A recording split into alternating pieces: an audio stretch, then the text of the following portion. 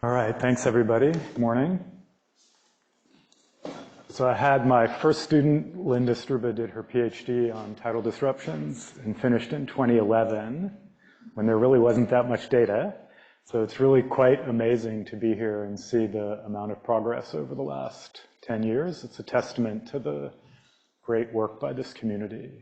This is also the first conference I've been at where one of my former students has stood up, looked out at the audience, and said that they feel old, which by the transitivity of feeling old. So I'm going to talk a little bit about quasi-periodic eruptions, but I'm going to talk actually more broadly about what happens when stars gradually approach a supermassive black hole. So not on a single parabolic orbit plunging in and getting disrupted in one go, but rather more gradually spiral in, primarily, as we'll see, through gravitational wave radiation. And part of what I'll do is try to set the stage for some of the talks you'll hear later today, and also talk about some of the work that we've been doing. So I've been very fortunate to collaborate on this work with this great group of people here. Itai and Wenbin are both going to give talks later on some of their independent work. Yanfei, I think everyone knows. Philip Yao is a graduate student at Princeton who's here doing his PhD on this problem, sitting right there. So I encourage you, he's here through next week as well, so I encourage you to talk to him. So the motivation for a fair amount of explosion in theoretical work in this area in the last 5 or so years has been the detection of about a dozen or so sources that seem to be periodic transients in galactic nuclei. And these come in a variety of different names, and they're selected in a variety of different ways. So there are optically selected events, which are in some cases called partial tidal disruptions. Whether that's the right interpretation, I think, is still an ongoing area of work. But these are sources where you see periodic optical flares in the case of 14Ko, also X-ray flares. The periods of these range from sort of months to many years. And then the other class of sources that has generated a tremendous amount of interest are these X-ray quasi-periodic eruptions, first detected in GSN 069, and then a number of sources detected with Rosetta that Ricardo is going to tell us a lot about in the talk after this one. So these are shorter periods between the flares, so more like hours to days rather than months to years. And as far as I know, so far the flares are just detected in the X-rays. So you look in the optical and basically you just see the host galaxy starlight. So there's no evidence of anything happening in the optical.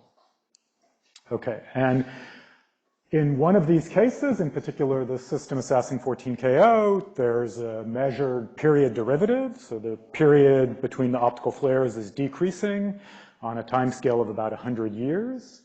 In the case of QPEs, the timing data is much more rich and involved, and different sources show different kinds of timing data. By that I mean the times between the flares, and Ricardo will talk more about that. All right, so first I want to just kind of give a little bit of context of how we think about the origin of these periodic flares in galactic nuclei and how it relates to everything we've heard about related to one-off tidal disruptions prior in the conference. So first, just very briefly about how stars get on these very tight orbits. And then secondly, what are some of the physical ingredients to explain these periodic nuclear transients? And I should say there's basically 2 broad classes of models to explain these. One is invoking some kind of accretion disk phenomena, that there's an instability in an accretion disk, and that produces time-dependent accretion, which produces flares like this. We know that X-ray binaries and cataclysmic variables, accreting white dwarfs, do things like that. They don't look this periodic, but they do quasi-periodic flaring, large amplitude flares like this. For a variety of reasons that I think would be useful to discuss, but I'm not going to go into in the talk, I think those models are pretty disfavored, and instead the class of models that I'm going to focus on, that's been the focus of the majority of the work, is that there's a fundamental clock in these systems, which is an orbiting star. And the orbiting star is setting the period that we're seeing, and somehow the flares of radiation are related to the orbiting star. And we'll come back to how the orbiting star might produce those flares of radiation as we go. But I think it's, there's a lot we don't understand about accretion disks and their variability, so it's important to keep in mind that class of explanations, and I think that would be a good topic for discussion either in the breaks or in the program as we go.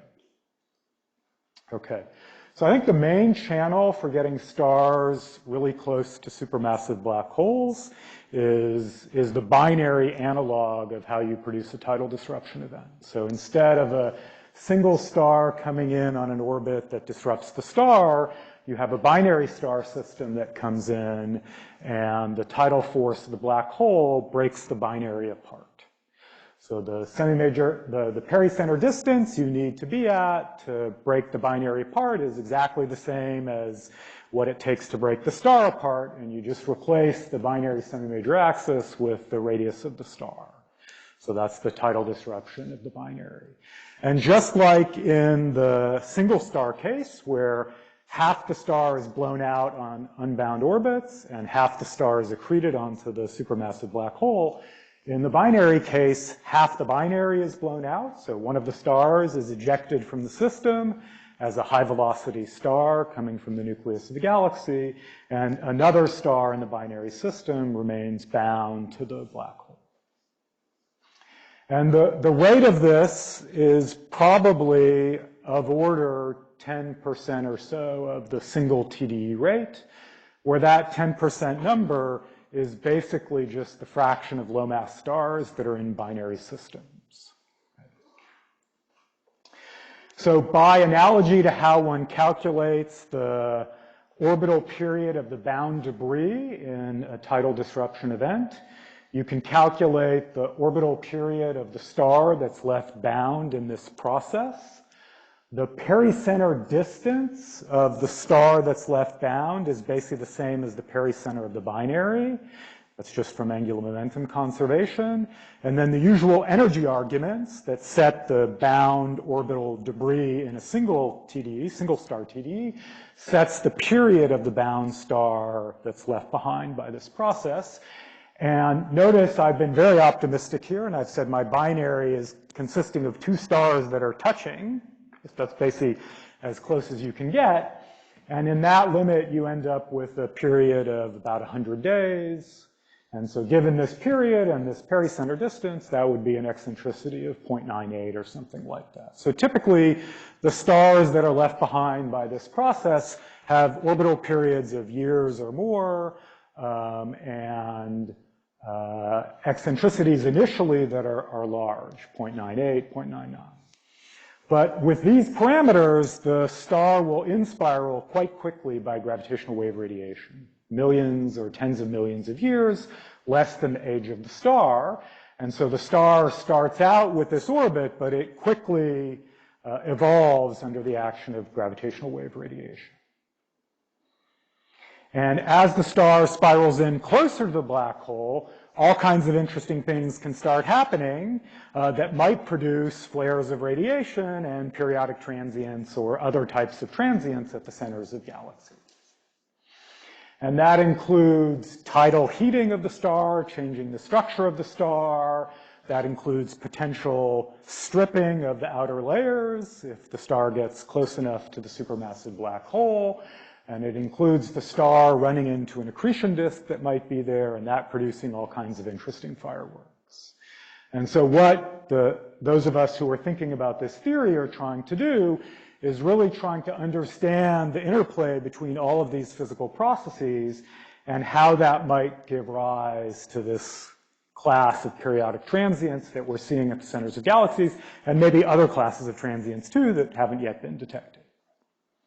And one thing I want you to note, does anybody remember what is the shortest orbital period star orbiting Sagittarius star at the center of the Milky Way?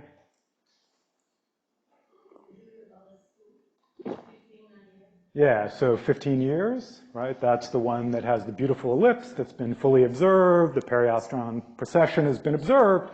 We're talking about stars here that we think have orbital periods of months or hours, not 15 years. So these stars have made it much closer to the black hole than even the stars that you've seen in Andrea and Reinhardt's movies. Okay. So I think it's useful. I'm going to so this diagram that Philip made sort of enumerates a lot of the physical processes that we think might be important, but I think it's useful to spell them out in words and draw some contrasts where there are similarities and differences between what we're worrying about in the repeating transient case versus a lot of what we've heard about so far in the case of one-off TDEs. So typically, even though the eccentricity starts out at 0.98, 0.99, the eccentricity decays rapidly by gravitational wave radiation. So the first thing that happens actually is the star's semi-major axis decreases at roughly fixed pericenter distance. And so the eccentricity and period decrease at roughly fixed pericenter distance. So typically, these stars going in, approaching the supermassive black hole, will have moderate eccentricity. They won't have eccentricities of 0.98, 0.99. It might be 0.1, 0.2, something like that is probably typical, or actually less. And if the star reaches a pericenter distance that's about twice the tidal radius, then it can start to undergo mass transfer. So remember this radius without the 2, that's sort of the radius for full disruption. When you reach a pericenter distance that's about twice the full disruption radius, you start to shed mass. That's basically Roche-Lobe overflow. The 2 is from Roche-Lobe overflow in the limit of a high mass ratio system. And because these stars are spiraling in slowly by gravitational waves, most of the time they'll gradually approach this, if they make it that far, they'll gradually approach this and slowly start shedding mass rather than plunge in and have everything destroyed in one go. One very important difference, and actually that makes parts of this problem harder than the single TDE case, is that because the star is orbiting for millions of years around the black hole, its structure can change dramatically from what a normal self-respecting star structure should be.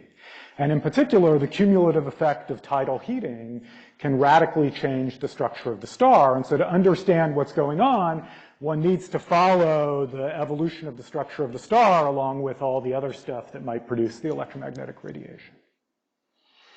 And then lastly, a theme that you'll hear about a lot in both what I'll talk about and what Itai and Wenbin and Ricardo and others will talk about later is the star interacting with an accretion disk and how that might be responsible for some of the flares of radiation that we're seeing.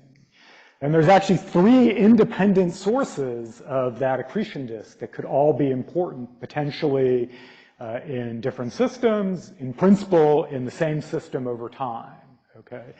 Those are an accretion disk fed by the star itself. If the star reaches this radius and starts to lose mass, that mass is going to build up in an accretion disk, and then the star is going to start slamming into the accretion disk that it created.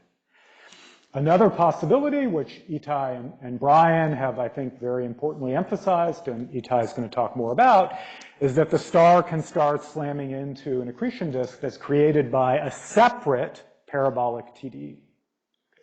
And lastly, this could all in principle be happening in an AGN, and so the star could be running into an accretion disk created by whatever creates AGN accretion disk, something else, right? On average, this is unlikely for a given star, because a given star is going to find itself in a random galactic nucleus, which doesn't have a bright AGN on average. So I would say on average, these two are probably more common than this one.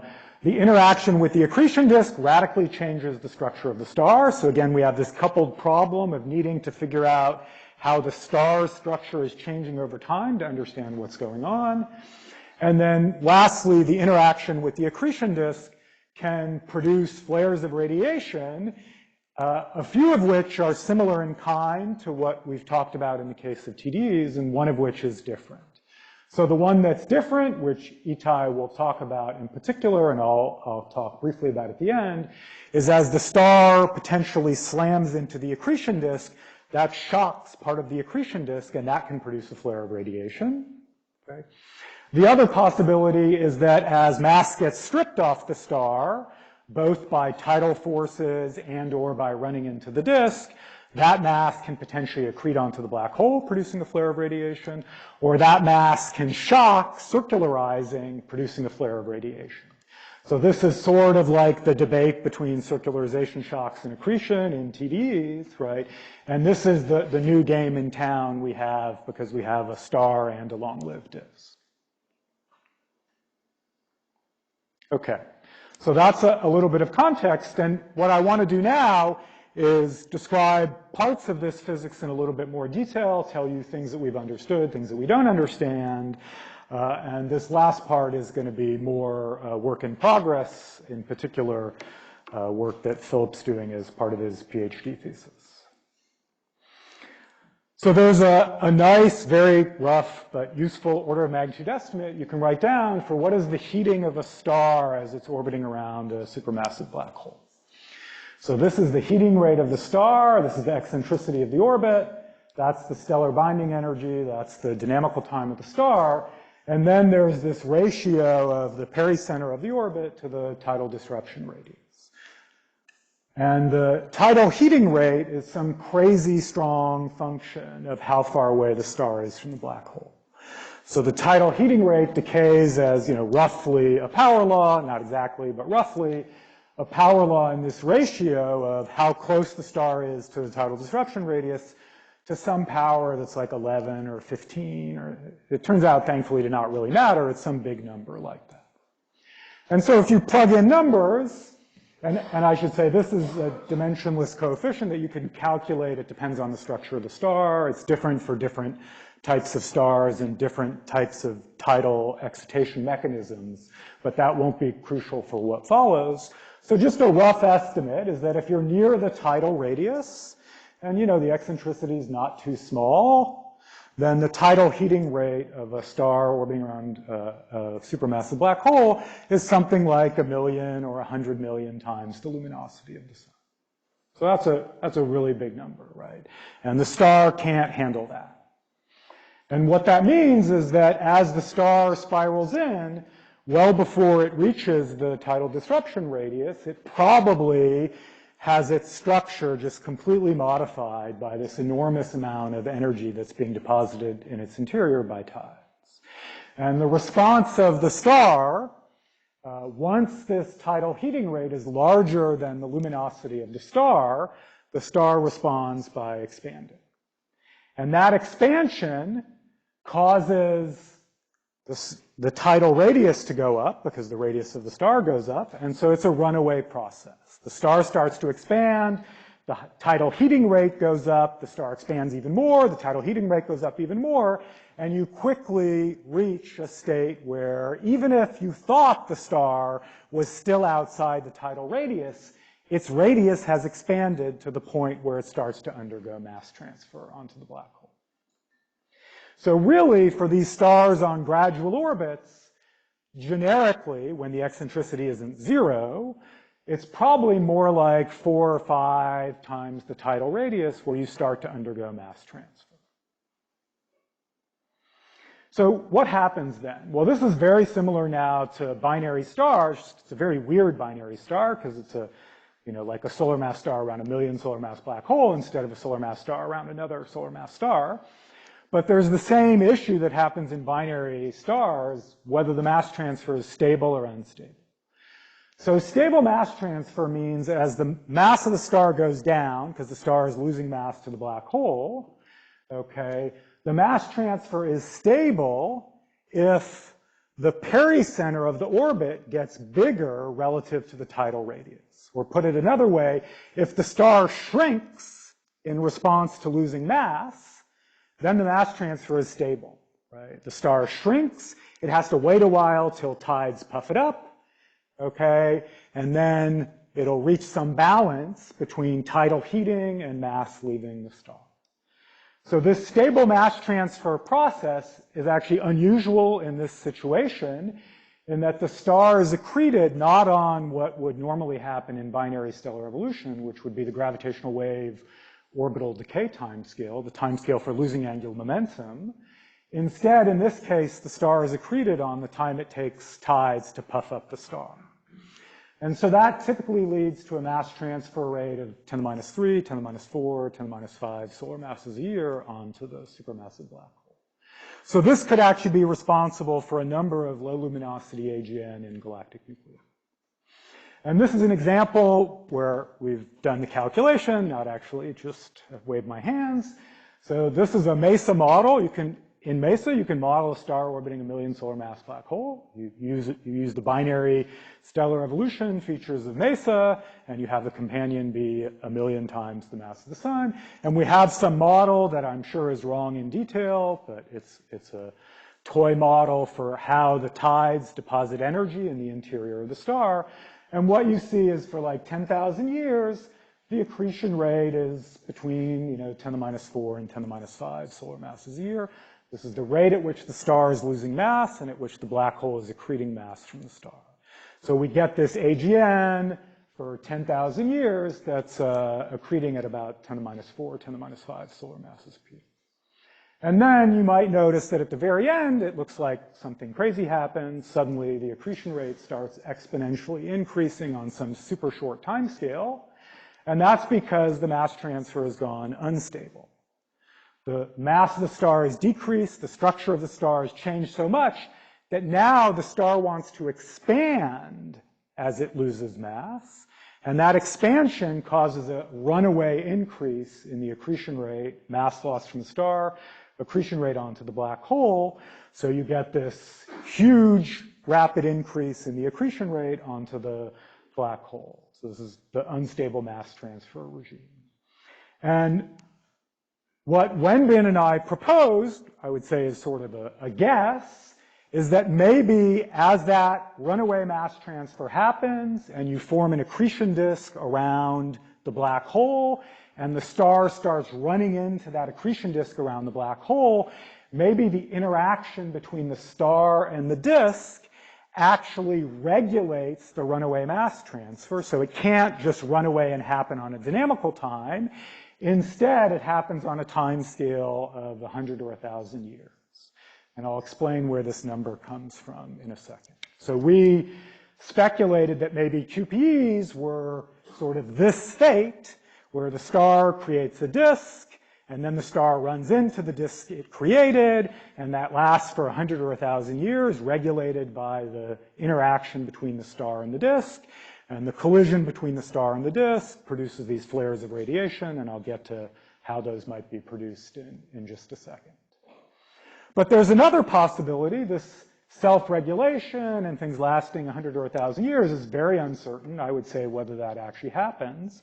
Another possibility, what would normally happen in a binary star system in this limit, is you would just say the two things merge together. And in this context, that would mean the black hole accretes the star on about a dynamical time of the star, a few hours. Okay, so that's another possibility. So this is basically a tidal disruption, right? The star is being tidally disrupted by the black hole, but it's now happening on a circular orbit rather than a parabolic orbit. And so recently, Itai and I have tried to estimate what that might look like. So what would the tidal disruption of a star on a circular orbit look like, and how does it compare to normal TDEs? So this is kind of a picture of different phases of evolution. You have a phase where the star is accreting onto the black hole at a sub-Eddington rate, so it might produce an AGN for a few years to a decade as the process sort of ramps up and the runaway gets going. Towards the end, the accretion rate onto the black hole is about the stellar mass divided by the viscous time. This is enormously large compared to the Eddington accretion rate. So the accretion rate might be 10 solar masses a year, which is much, much larger than the Eddington rate. So then you're going to generate a powerful outflow. That outflow will generate a very large photosphere, which for a short period of time will be a bright optical UV source. And then eventually, the accretion rate subsides, and you'll settle into this nice long-lived viscous phase, which might give rise to a plateau in the optical UV, similar to everything we've talked about in the context of TDEs over the last week. So this is an estimate of what the multi-band light curves might look like for this kind of event. So this is X-ray and this is optical UV. So it's actually a very interesting source. In the optical UV, it sort of looks like something between a luminous F-bot and a TDE. It might last for a few days to a few weeks, depending on the viscous time, which is a little bit uncertain. So kind of up and down in the optical UV. But in the X-ray, it's really quite unusual in that there's a bright X-ray source for a while before, as the runaway gets going, and there's a bright X-ray source afterwards as the disk viscously spreads. Okay. So I think this is sort of a warning that a little bit of care maybe needs to be taken to exclude anything that prior to an optical flash in the center of a galaxy had some kind of AGN activity, because this would have been a few years before the optical detection. It would have been an X-ray detected AGN. Probably not a bright broadline region or anything like that, so it would still be very unusual. But in this case, you have this sort of unique before and after X-ray signature that we think is a smoking gun of this tidal disruption on a circular orbit. Yep, okay. So I want to now turn to the star running into the disk and what happens during that and what that might look like. So again, I think one of probably the leading model for the production of flares in these quasi-periodic eruption X-ray sources is a star of some kind colliding with the accretion disk. And that can produce flares of radiation like are observed in a couple of different ways. One that Itai and Brian have nicely calculated, and Itai is going to talk about, is that as the star runs into the disk, it shock heats some of the disk, and that produces a flare of radiation. And the other possibility, which Wenbin and I speculated about, and I think we understand a little bit better now, is that as the star runs into the disk, that strips some material off of the star. As that stellar debris comes back around the next time, it slams into the disk and circularizes, and that can produce a flare of radiation. Accretion of the stellar debris is very unlikely to produce a flare of radiation because the time scale between these flares is just too short. So we've been trying to calculate how the star loses mass as it slams into the disk. So this is our star, the little blue thing right there. That little blue spherical shell is the star in our simulation. And the reason that's our star is because in these events, only the very outer layer of the star gets stripped. You don't want to simulate the interior of the star. That's a waste of computational time. So we just have an inner boundary condition that's at like 0.9 of the radius of the star. And then we have lots of resolution in this thin little shell. And then we slam a disk repeatedly into the star. In this case, we do it about once every hour. We've done it once every 2.4 hours. The nice thing about QPEs is they're so fast, you can actually simulate, right, the real time scale of the events. Kind of amazing. And the color coding here shows you mass that was originally in the star that's either unbound, okay, orangish, or bound, bluish, to the star after multiple collisions. And I want you to notice a couple of things. So one is the outer layers of the star puff up a lot because they're heated by these shocks running through the disk. So the structure of the star is very different than what you might have guessed. But more importantly is the star is surrounded by this huge cloud of stellar debris that extends 10 or 100 times the radius of the star away from the star. And that's just material that was unbound, moving out at the escape speed or a little bit larger, that's filling up the surrounding space around the star. We know roughly, don't worry about the plot, that just shows we did a bunch of simulations. We know how much mass gets lost from the star per collision. I think the easiest formula to think about is the following. So There's how much mass do you lose in the first collision, and there's how much mass do you lose after many collisions. They're very different because the structure of the star is very different after many collisions than it was in the first collision. So probably this is the answer we care about for QPEs, right? What's happened after many collisions. And the answer for how much mass is stripped from the star in every collision is the following. So M disk is how much disk material does the star run into. So in the previous equation, that's this thing in the top, the density of the disk, the surface area subtended by the star, and then the thickness of the disk. That's how much mass of the disk does the star run into. So the amount of mass stripped from the star relative to the disk is about 0.1, the speed of the star squared, divided by the escape speed of the star squared. And this expression is just saying that there's a certain energy in the shock produced as you run into the disk, and about 10% of that energy goes into unbinding gas from the star. And because the star's escape speed is much less than the orbital speed, you unbind a lot more mass from the star every orbit than you run into in the disk during the collision.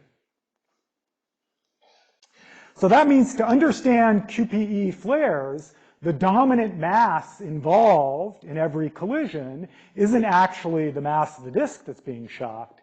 It's the mass of the star that's been stripped off during the collision.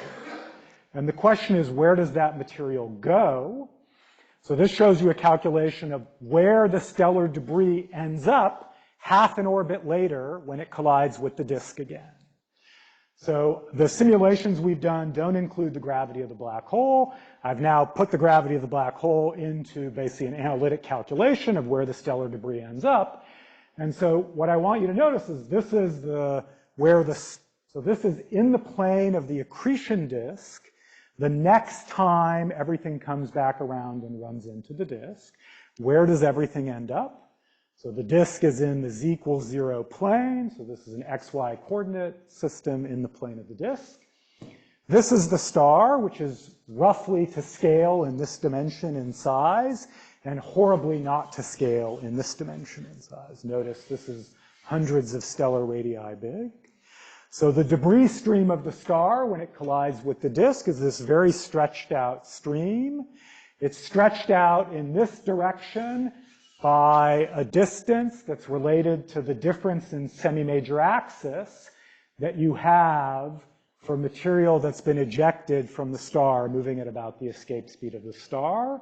And it's only a few stellar radii in this dimension because of conservation of one of the components of angular momentum.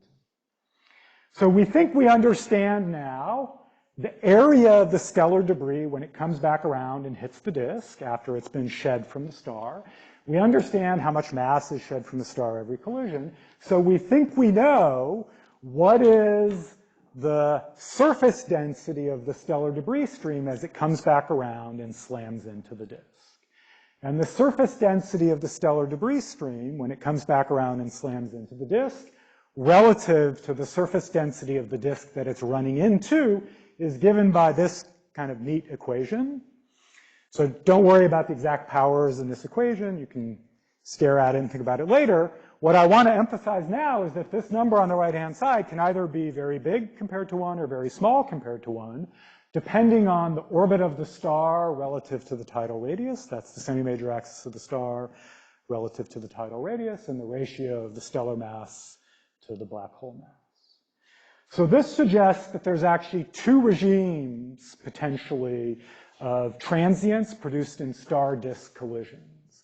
There's one where the stellar debris is spread out over such a large area that when it comes back and slams into the disk, that it can't produce an interesting short timescale transient at all. It's spread out over such a large area that the radiation comes out at very long wavelengths. It barely perturbs the structure of the disk when it comes back around because the mass per unit area of the stellar debris stream is small compared to that of the disk. In this case, the transients that we see are going to primarily be produced by the star punching through the disk every time it orbits around. And the speculation I'll put out there is that this might explain the QPEs that have very regular timing behavior, this nice alternating long-short behavior that I'm sure Ricardo will talk about. But there's another limit, which is stars orbiting a little closer to the supermassive black hole, where every time the stellar debris stream comes around, it has a mass per unit area that's a lot larger than the disk that it's running into, and so it completely destroys the structure of the disk as it comes back around. And so when the star comes back through, it's not really running into a disk anymore. It's moving through this debris created by the prior collision of the stellar debris stream with the disk. And so the idea is that this probably produces a flare of radiation that shares some similarities with this. The primary difference being that the stellar debris shocking the disk is spread out over a larger area, but that maybe because everything is due to complex hydrodynamics, the timing is a lot more irregular and a lot more complicated, and so maybe this can explain the QPEs that have irregular timing behavior. So I'll just end there and leave you with some of the possible fates of stars orbiting close to massive black holes, and happy to take any questions.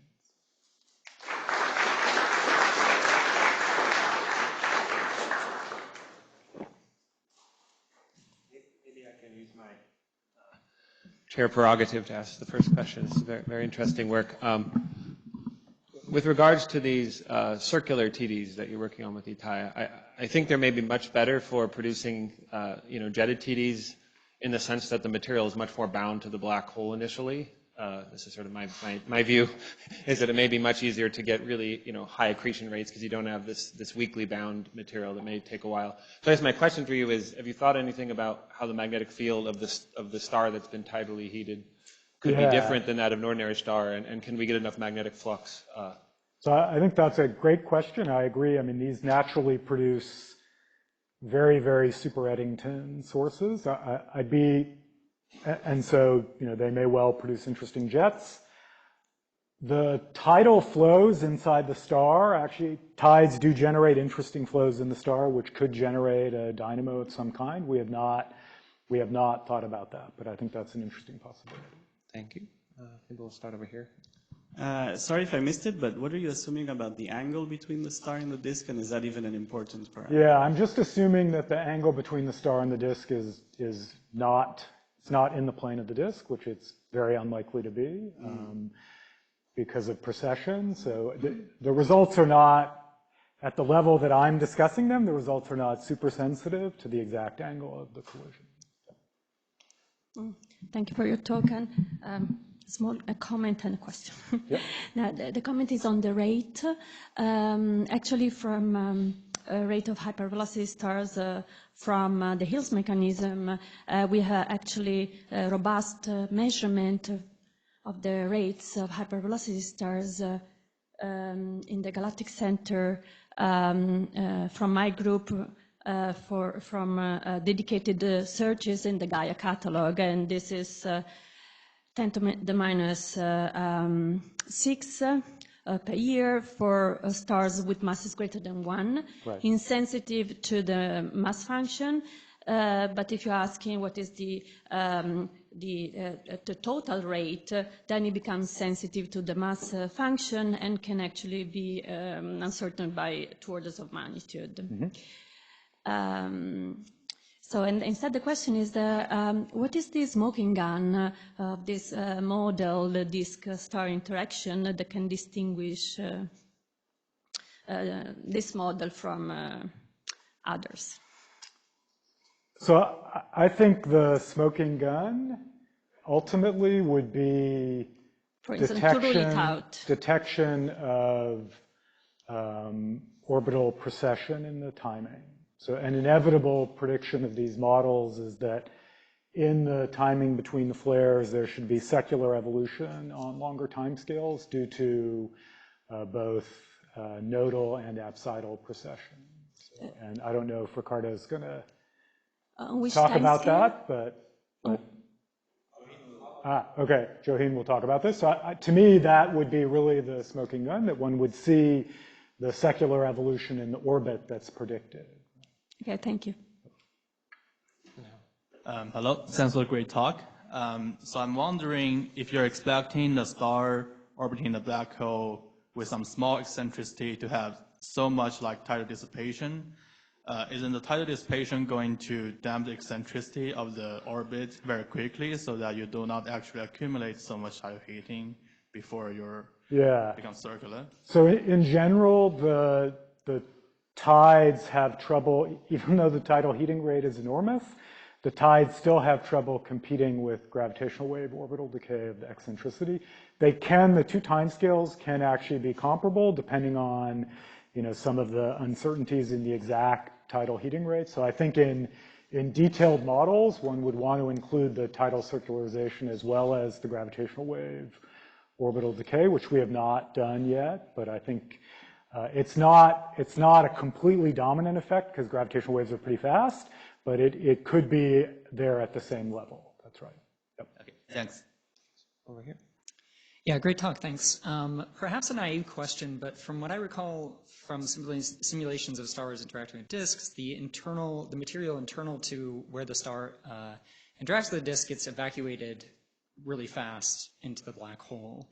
And I'm wondering if that sort of rate of mass accretion has a significant impact on the change in energy that you would see released for every passage of a star, as its sort of impact radius would decrease with the sort of loss of energy. Right, so the question is, as the star collides with the disk, does it have a big enough perturbation to the disk to force the interior stuff to accrete rapidly? And the answer is no for a solar mass star orbiting a million solar mass black hole. If you have a 10 to the 5 solar mass black hole orbiting a 10 to the 6 solar mass black hole, and you try to plunge the 10 to the 5 solar mass black hole through the disk, that does drastically change the disk over a range of radii and can drive a lot of accretion on the interior, but not in the high mass ratio limit we're interested in.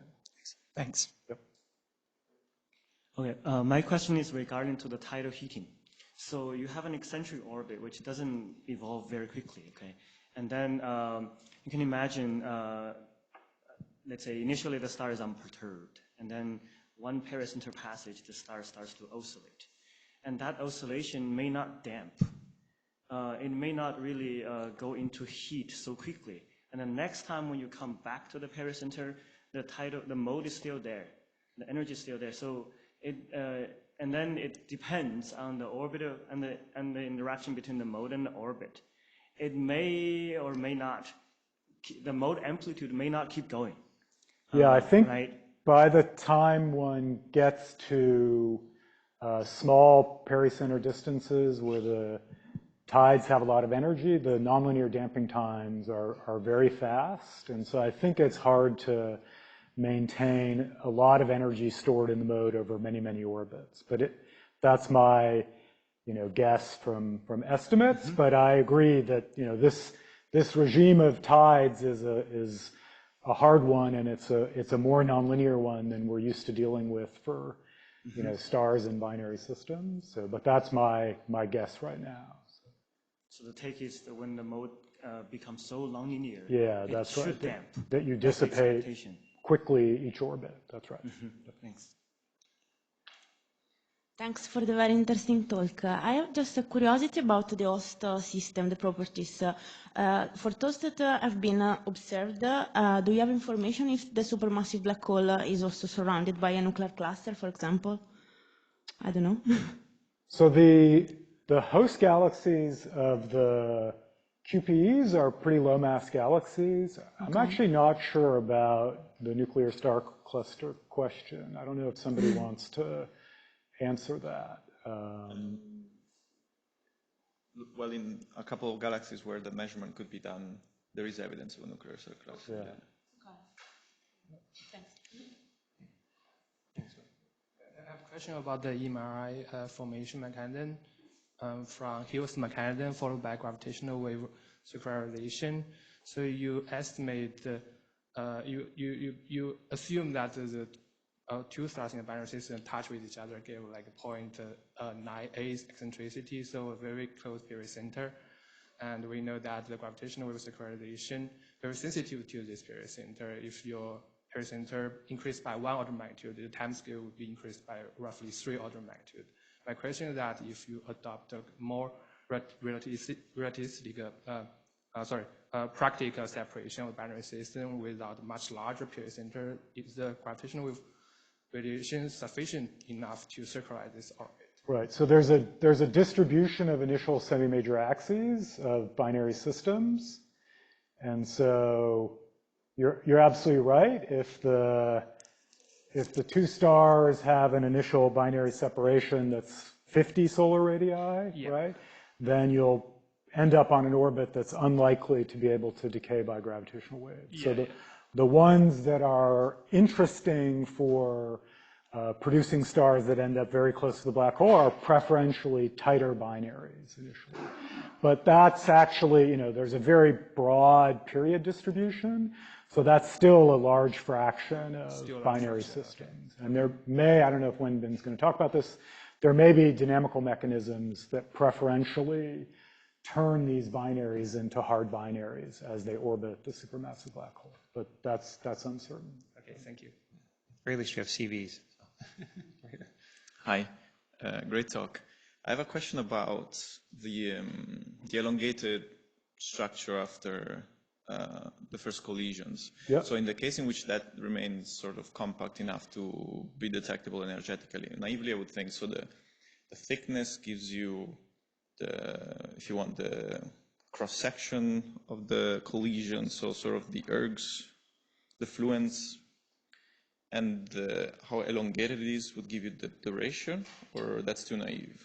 Yeah, so I think the question is if you take this shape and you slam it into a disk and you shock heat the disk, my guess is you still produce an explosion out of the disk that by the time it expands to where the photons can get out is not that far from spherical. Okay. But I'm not sure. Okay. That's an interesting question. I was wondering whether there was anything that we can detect that predicts Great this. question. So does this produce a different prediction than the sphere hitting the disk? Is an interesting question. We've not calculated that, so I think that's a good question. Very quick one. Yeah, so I think I had the same question really. So if you've got some extended structure, I mean, the thing about the QPEs is that they're very clean in some cases anyway, straight up, straight down. And whether you see some substructure in the actual... So this size is still small compared to the size of the photosphere by the time you expand out a lot. So I think a lot of that memory of the size is lost, but again, we've not calculated that, so that's to be done. So good question. The one comment. Oh, we have a question over Zoom. DJ, sorry. Hi, can I ask a question? Yes, pretty quickly. Okay, so my quick question is, so are you predicting outflows in your model? Which model? You're predicting outflows in your colliding streams. In the colliding stream model? Yeah. For QPs? Yes.